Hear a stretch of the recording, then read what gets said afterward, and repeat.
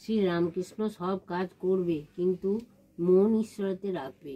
স্ত্রী, পুত্র, বাপ, মা থাকবে ও সেবা করবে যেন কত আপনার লোক, কিন্তু মনে জানবে যে তারা কেউ তোমার নয়। বড় মানুষের বাড়ির দাসী সব কাজ করছে, কিন্তু দেশে নিজের বাড়ির দিকে মন পড়ে আছে। আবার সে মনিবের ছেলেদের আপনার ছেলের মতো মানুষ করে, বলে আমার রাম, আমার হরি, কিন্তু মনে বেশ জানে এরা আমার কেউ নয়। কচ্ছপ জলে চড়ে বেড়ায়, কিন্তু তার মন কোথায় পড়ে আছে জানো? আড়ায় পড়ে আছে, যেখানে তার ডিমগুলি আছে। সংসারে সব কর্ম করবে, কিন্তু ঈশ্বরে মন ফেলে রাখবে।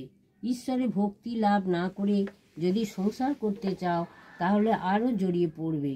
বিপদ, শোক, তাপ সবে অধৈর্য হয়ে যাবে, আর যত বিষয় চিন্তা করবে ততই আসক্তি বাড়বে। তেল হাতে মেখে তবে কাঁঠাল ভাঙতে হয়, তা না হলে হাতে আটা জড়িয়ে যায়। ঈশ্বরে ভক্তিরূপ তেল লাভ করে তবে সংসারের কাজে হাত দিতে হয়, কিন্তু এই ভক্তি লাভ করতে হলে নির্জনে হওয়া চাই।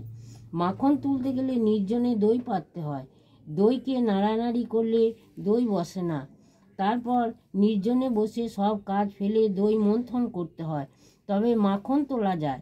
আবার দেখো, এই মনে নির্জনে ঈশ্বরের চিন্তা করলে জ্ঞান, বৈরাগ্য, ভক্তি লাভ হয়, কিন্তু সংসারে ফেলে রাখলে ওই মন নিচে হয়ে যায়। সংসারে কেবল কামিনী কাঞ্চন চিন্তা। সংসার জল, আর মনটি যেন দুধ। যদি জলে ফেলে রাখো, তাহলে দুধে জলে মিশে এক হয়ে যায়। খাঁটি দুধ খুঁজে পাওয়া যায় না।